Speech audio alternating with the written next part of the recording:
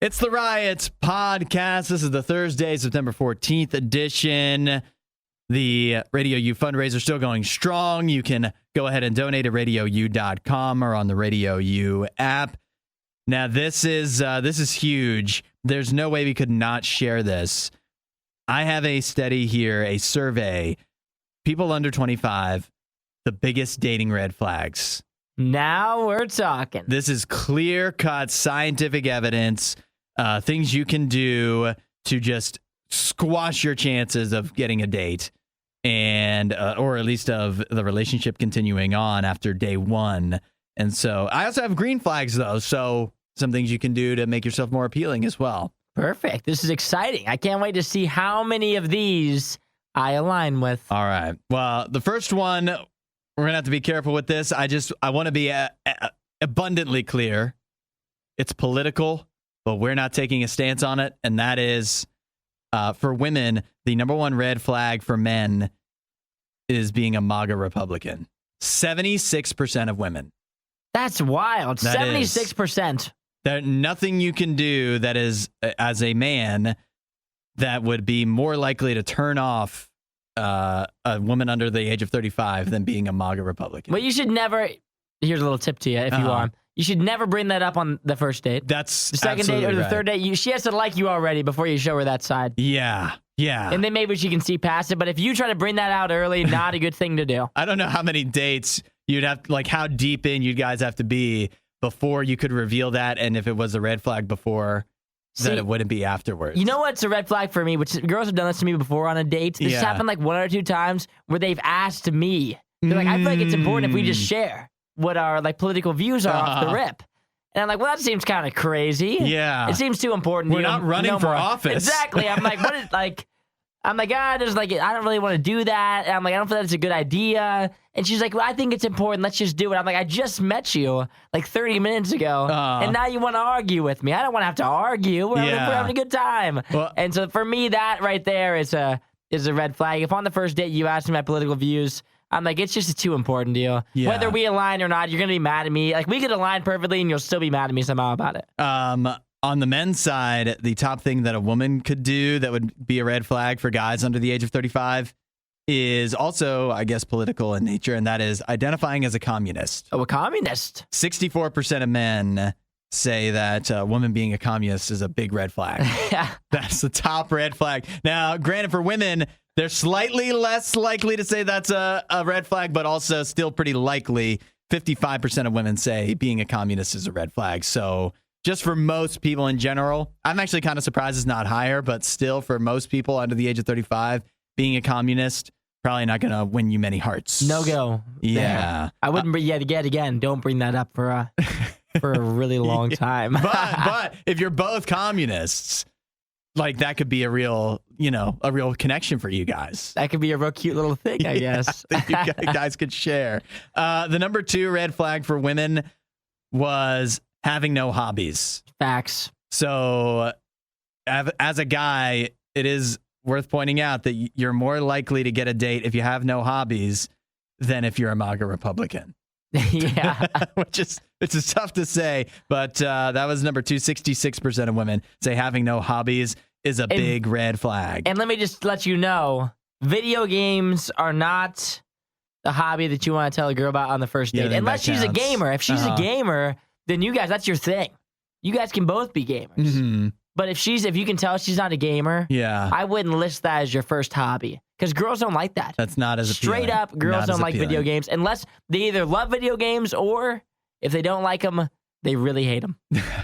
Really hate them. Some of the other, going down the list here, then was identify as a communist coming in third behind MAGA Republican and no hobbies for women. And then after that, also listening to Joe Rogan, 55% of women. This is ridiculous.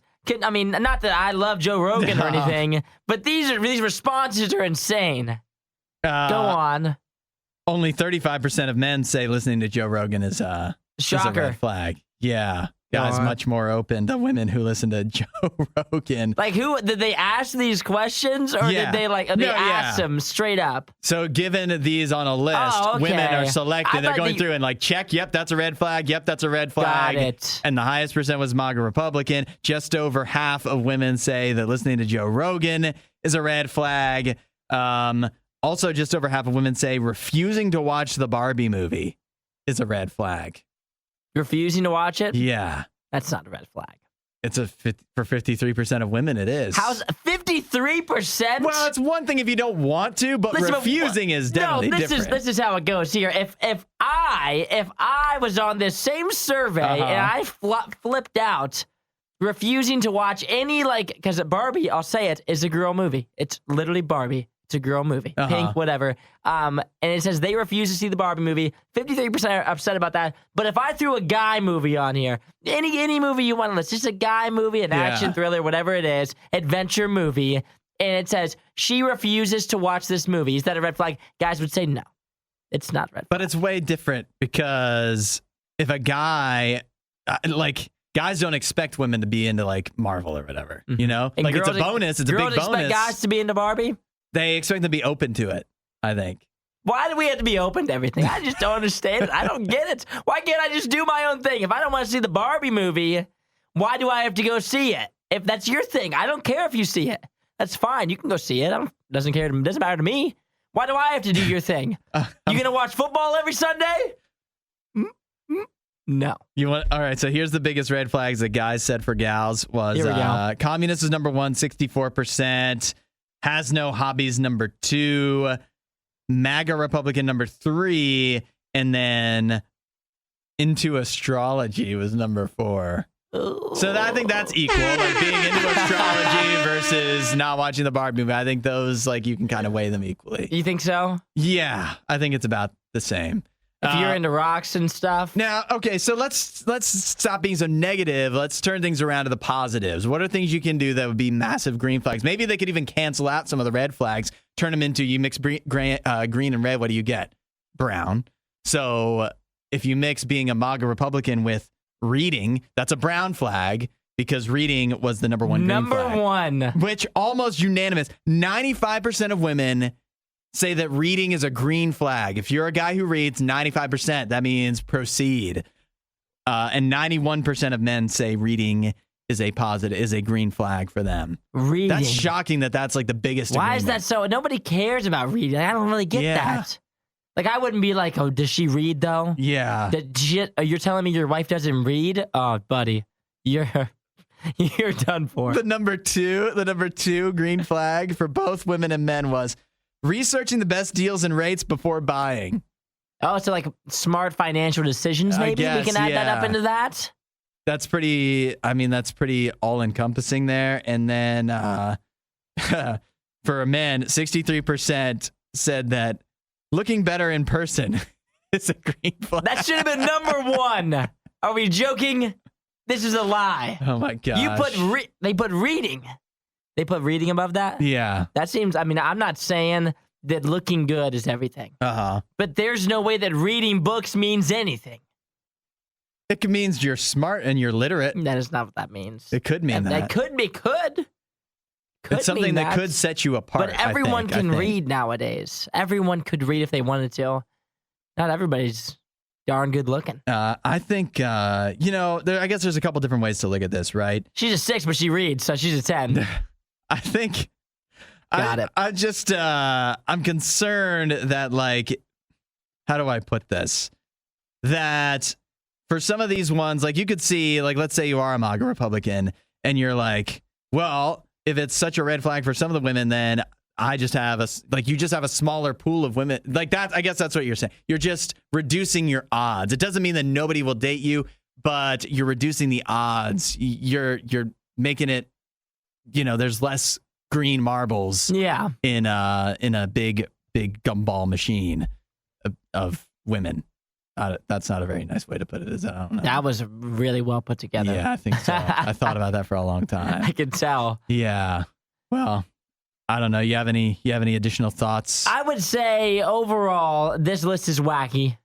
This is wacky. Having reading as number 1 green flag, I think it's very person to person too. Yeah, all so it takes is one. It just takes one. Like for you, if you're listening to this, don't all of a sudden start weighing how much you put into some of these things. Like, oh my gosh, everybody thinks reading's a green flag, so if he reads, that means he's the perfect guy. I wouldn't lean too much into this, but it is important to figure out what your green and red flags are, because a green flag for me could be a red flag for you, and that's just how it goes across the board. A lot of my green flags are probably red flags for Hudson. His red flags are green flags for me. That's just how it goes. Yeah, and you know what the biggest takeaway is? You know what's not listed as one of the red flags? Listening to the RIOT podcast. That would be Joe Rogan. If you listen to Joe Rogan, you got a 50-50 shot of being a red flag for somebody. Yeah. You listen to the Worst of the RIOT podcast, which I guess you're already doing, and you've got a 0% shot evidently because it's not on the list. We're not even on the list. Not you don't even have to worry on about the it. list. So when they ask you, have you ever heard about the Worst of the RIOT podcast? It won't sway you either way. Yeah. But if you start talking about Andrew Tate, it's going to sway you in the wrong direction. I'm pretty sure even a bigger green flag is donating to RadioU, although also they didn't ask about that. But if you donate, RadioU.com or the RadioU app, keep us going. To me, that'd be a big green flag. Yeah, that's the same thing. That's pretty much like reading. If you donate to RadioU, that's above reading as a green flag. Who's gonna knock you for donating to a good exactly. cause? Would you rather say, oh yeah, I donated to RadioU, or say I read yesterday? Come on. It's the worst of the RIOT. Find more RIOT content online. riot.radiou.com. You know Kristen Bell, right? Yes. Kristen Bell, actress. I don't know if she's most well known for this, although this has got to be her biggest role, right? Is she's in Frozen. I just don't know if people realize that. She's also in The Good Place, a little TV series. Yep. Bad Moms. Right. Forgetting Sarah Marshall. She's forgetting Sarah Marshall? She is Sarah Marshall. That's who Sarah Marshall is? Yeah, she's Sarah Marshall. Oh, yeah. Yeah. So, good movie. A wild Veronica Mars, a lot of people would remember. So, a great career. She's married to Dax Shepard, who has a fairly popular podcast, as I understand it, also an actor. And they're kind of well known, particularly because of the podcast. They're just out there talking about their parenting style. They're kind of unique. They're so unique to get this. Earlier this week on the Kelly Clarkson show, Kristen Bell was a guest. She said that she lets her daughters, who are 8 and 9 years old, drink non-alcoholic beer. That seems wild. That seems interesting. That's a unique parenting style. I don't even know if that's a style. What style is that? The style of letting them have non-alcoholic beer. I don't know. But see, it has sparked a debate. People have really begun to question, is there anything actually wrong with that? Because, I mean, it's non-alcoholic, right? It's not illegal. It's not illegal. We do this all the time. Just because it's not illegal doesn't mean that it's not wrong. But is this actually wrong, though? It's wrong. They also make alcoholic versions of Mountain Dew, and nobody would say that some people would say, but that's more for health than, like, it's wrong that kids shouldn't have Mountain Dew. True. You know what I mean? That's a good argument. It is a good argument. But I still am against. Although, I mean, you can go way back in history and say that alcoholic Mountain Dew came first, but really, like, Mountain Dew came first, and then came along hard Mountain Dew. So if non-alcoholic beer came first, it might feel a little different than the way that we view it now. So it's hard to actually, because she says too, like, here's an example. Sometimes the kids will literally ask these 2 8 and 9 year olds, they'll literally ask at a restaurant, like, do they have non-alcoholic beer here? No, they don't. They do, No, they don't. And then Kristen Bell has to make the hard call of, well, should we actually order that for them? Or is that something that just is kind of like an at-home thing? Because there's definitely a stigma about it. So wait, so you're definitely anti non-alcoholic beer for children? Yeah. Yes, I am. But I don't understand what is. I feel like I've laid out a pretty good argument. You have, but for why it shouldn't be wrong. So what's the argument for why it should? My reason for why it shouldn't be wrong, and I think it's very case to case as well. And this case is even worse. Because like their dad was like had like an addiction issue. Yeah. So that's already in there. That's a bloodline thing. I don't care what you said. It's a bloodline thing. And so when I think about it, is they're given, because the actual non-alcoholic beer, the reason people use it is for like the taste, right? Yeah. And so you should, which is surprising to me. Yes, but for like the 8 and 9 year old, you don't want to like get them like hooked on the taste of that anyway. They shouldn't be tasting that. It's like it's a certain taste. They say like when you first drink a beer, this is what they'll tell you is you're gonna hate the taste of it, but you'll get the taste of it down the line. Like the more you drink it, the more you'll like it. And so if an 8, 9-year-old starts to like that taste, they start to get that taste at restaurants. Then what's gonna happen when they turn 21? That's all they're gonna want to drink. But if it's already a normal thing and they already know they can get the taste without having the alcohol, then maybe it's not such a thing. I just don't think that introducing that to their kid, like if I had an 8-year-old, which I don't, but if I had an 8-year-old, I wouldn't be like, you know what, we need to introduce them to beer. I'd be like, you know what, you're 8 years old. Why don't we introduce you to Dr. Pepper, a Sprite?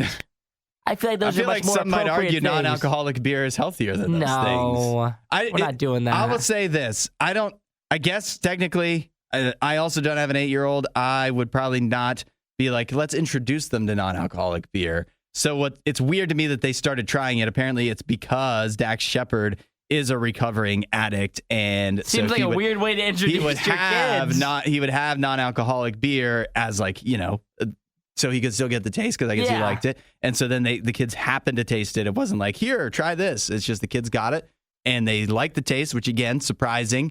And so that it's weird. It's weird to me. But I guess it's not a problem.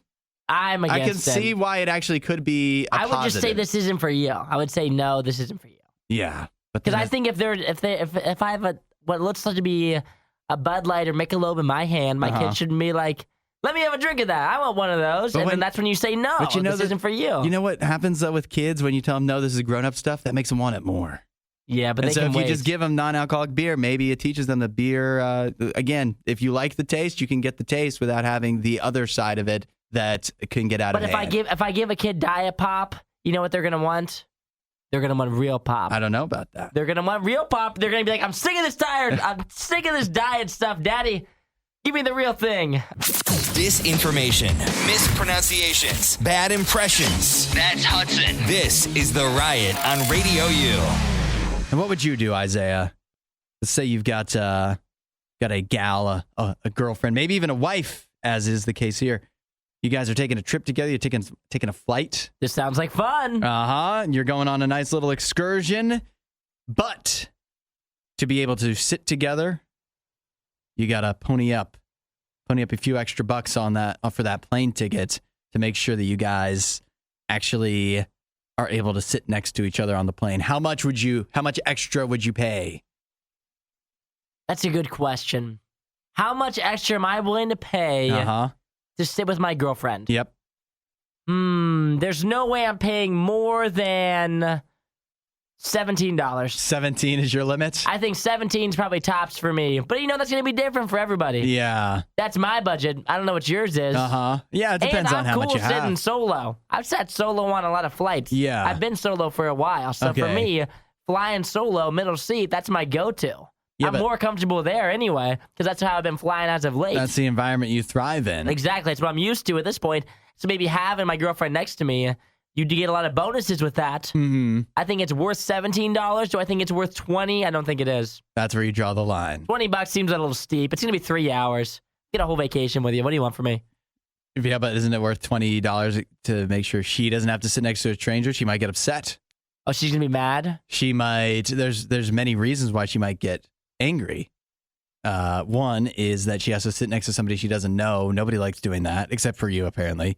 Also, she feels like you might not want to spend time with her, perhaps. I just scheduled a vacation for us. And if it's important to her, then it feels like you should want to pay more than $20. That's crazy. I mean, if it was a big price, that'd be one thing. But $20. Here's why I bring this all up is because this is an argument that's being hashed out right now on TikTok, where a woman married, her husband decided on their trip that it wasn't worth $11. Ooh, to sit. 11. So his limit was lower than yours. Geez, 11's tough. I mean, that's a bad look. Paying who knows how many hundreds of dollars for the plane tickets, but don't tack on that extra 11. 11, that's you're shallow. We gotta scrimp and save everywhere we can, honey. No. And so 11, you gotta do that. You're gonna have to go it alone, and we'll each make our own path here on the plane. and we'll meet back up afterwards. How's that sound? 11's that's too low. Find me at the baggage claim. Because I think at $11, there's benefits to it for everybody. Because then you get the lean. Everybody wants the lean on the plane. You get that lean going. That's a good thing. You get a head on the shoulder. Oh, man. You can watch the same thing together, share an AirPod. It's worth $11. For me, is it worth 20? No. 11, yes. 20, no. I think but 11, yes. 20 doesn't feel like a bad limit just because plane tickets are so expensive. 20, I feel like with the amount you're paying, you should actually be willing to pay more. Because I think, too, I would just say we can use it on something else when we get there. I would say, you know what? I know exactly how I would do it. I would justify it like this. I would say, you know what? For the 3 hours on the plane, we're going to be miserable on there, whether we're next to each other or not. How about we save this $20 and then we spend it on night one, we get dessert. What do you say? Cheesecake? Oh, 3 hours next to each other? Yeah. Or cheesecake? I'm taking cheesecake. What do you want from me? I don't blame you. But I think even as a guy, it's worthwhile spending a few extra bucks, not just to keep your girlfriend or wife happy, but also to make sure you don't have to sit. Like, it's a total gamble. You could get next to a child. You could get who many people don't like sitting next to. You could get next to somebody who stinks, somebody who doesn't shut up. There's just like Isaiah. There's just so many options that you could get stuck next to, and paying that extra $20 to make sure, or 11 in this case, to make sure that everybody's happy. I don't think it's that bad of an idea. Hey, 11, I'm in on 11. Yeah. 20, I'm out. 20 too much. You won't hear a show like this anywhere else. And that's probably for the best. The worst of the riot. Radio U. This is an interesting question. Somebody went ahead and asked on Reddit. They asked older people, like elderly, senior citizens, what's something you regret not doing when you were younger? So this can give us, while we're still young, some perspective, some ideas, some things we don't want to miss out on. We don't want to make errors on. You ready for some of the answers? Let's hear them. I've got some already cooking in my head. So let's hear if these people can come up with better ones than myself. All right. One suggestion. Looking after your teeth.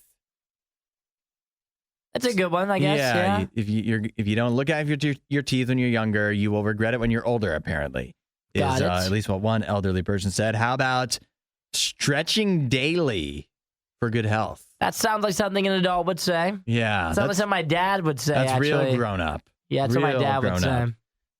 It's hard for me to believe though, but maybe I'm just real flexible. Let's see. Fill your time. They say find a creative hobby that you can stick with for a long time, because when you get old, all of a sudden a lot of your time becomes way more free and you can get real bored real fast. That makes sense to me. So I guess you got to pick up a hobby now that you can stick with through all this time, because it's hard to pick up a hobby when you're old, right? Probably harder than it would be right now. So find a way to fill your time that you can continue on with when you're older. This is a good one. Stay in touch with the people you care about and who care about you. Well, this is getting somber quick, isn't it? Yeah. Well, you don't want to lose touch with friends, though. And nobody does that on purpose. But if you make an intention of doing that, I think that falls into the category of filling your time. Like when you're older, if you don't have people to talk to all the time, you get real lonely, too. Yes. You get lonely and bored, apparently. Let's see. Oh, this was a left turn. At first, I thought it was make sure you go to a lot of music festivals, because you can't do that when you're older. Mm-hmm. Not as easy. But then it says, but wear earplugs at concerts and when you're doing other loud things like mowing the lawn, so you protect your hearing. Well, people here don't want to hear that. No, they don't. I've been to so many music festivals. I've never once worn earplugs. And like once you get older, what do you even need to hear, you know? Like what do you not know at that point? What do I need to hear from you? Nothing. I think I'd like to assume that what do you call it? That hearing aid technology is one of the top things that will advance by the time I'm old anyways. Yeah, you can we'll just all have little like Bluetooth hearing aids. Yeah. Let's see. Some other ideas. Drink more water, do yoga, wear sunscreen. Can we get some good ones? What do you mean? Like, drink more water? Invest your money. Realistically, if I talked to somebody who was 70 years old today, I was like, if you could give me one piece of advice of something that I should do right now, and they said drink more water to me, if that's what their answer was, I would say, well, thank you for the life-changing knowledge. Tomorrow, I'm going to wake up, and I'm just going to pound water. And by the time I'm 50, my life will be changed forever. This is what they're saying. Well, I'm just saying. These are elderly people looking back. These are their regrets. Already. These are their regrets. I regret not drinking more water when I was younger. That's a big regret. Apparently. Who are we to say? We're still young. So what do we know? I could come up with bigger regrets right now. What are yours? The first one I come up with, I think every 6-year-old man or woman should be required to play golf, because think about how darn good I'd be now if I had just started when I was little. But now I'm trash today as a 25-year-old, and I can't swing a darn club to save my life. That's your regret. But if I had played in high school, when you were a toddler, if my dad had put me into lessons when I was 10, or taught me how to play the piano when I was 10, or taught me to do a foreign language when I was 10, it'd be second nature now. Yeah, but do you think you'd enjoy it? I think I'd be so good at it, I'd love it. It'd be another flex for me. If I could just fluently speak Spanish, it'd be like second nature. It'd be so awesome. Yeah, learning a language might be a good one, and maintaining your knowledge of the language. Learning an instrument. You know how easy it is when you're 8 years old to start playing something and be good at it when you're 25? If I tried to learn something now, it would take me so long to figure it out. You'd never be able to figure out the flute nowadays. No, exactly. And think how cool it'd be if I could play the flute now. We're not sure who behaves worse, the Riot or their dogs. I don't even know how to behave like a real human being. The Riot, Radio U. Did you know that how tall you are could affect how likely you are to have a happy relationship? Well, this sounds kind of messed up already. I'm against this, whatever it is. If it's talking about you better be tall, I don't like this list. Well, I don't like this survey. It depends. If you're a woman, you better not be tall, according to this study. You better be short? You got to be short. You got to be, according to this study, this was done in England, they found that women between 5 feet tall and 5'3" were more likely to be in a happy relationship, to say they were in a happy relationship, and they are more likely to have children by the age of 42 than women who are taller than that. 5'4" and above, you say? Yeah, so you want to be under 5'4" as a woman. You're more likely to have a happy relationship in life. I feel like 5'4" is the most common woman height. That sounds about right. It's like right in that spot where if I had to guess, if someone's short, like a girl's short, if I had to guess what her height was, I would just always guess 5'4". It feels a little low. I feel that's pretty average. I think they're a little taller than that. You think they are? I think so. Maybe, I guess. I feel like that's right in the. I feel like 5'3" and short is very short. 5'3" to 5 foot. That's short for a gal. It says here that at least in England, where this study was conducted, 5'4" is the average height for a woman. Would you look at that? There you have it. But now you might be wondering, is the same true for men? Are shorter men more likely to have a happy relationship? Show me the money. They're not. Well, it's a good thing we're not short, huh? Yeah, we are happily average. Taller men were much more likely to enjoy the same success, according to this same survey. So you want to, we've seen guys, right, getting leg lengthening surgery and stuff like that, paying hundreds of thousands of dollars probably to make themselves taller. I guess that makes sense based off of this. But apparently also, I guess women should be getting leg shortening surgery so that they can be under 5'4" and be in a happy relationship. It seems like an odd thing, though. Yeah, what do you think the correlation is? So apparently the perfect couple would be the short gal with the tall guy. I guess so. According to this, they'd be very, very happy. I guess maybe because they're far apart. They can't hear each other very well. Over the course of time, that could cause less problems. I don't know about you think about that. That doesn't sound very scientific to me at all, but but do I have a better explanation? No, I do not. Yeah, I would say for me personally, I've always liked gals that are a little shorter. Well, makes sense. What about you? Well, doesn't really register with me. How tall is Angela? She's like the same height as you? Yeah, about my same height. Okay, so you like a little taller gals. If you consider that tall, I guess that's taller than the average. I mean, it's about 5'4". It didn't come into consideration when I was going out with her. Wasn't it just like she's the only one that said yes? I better take her out. Exactly right. That's enough of that. For more Riot content, head to riot.radiou.com.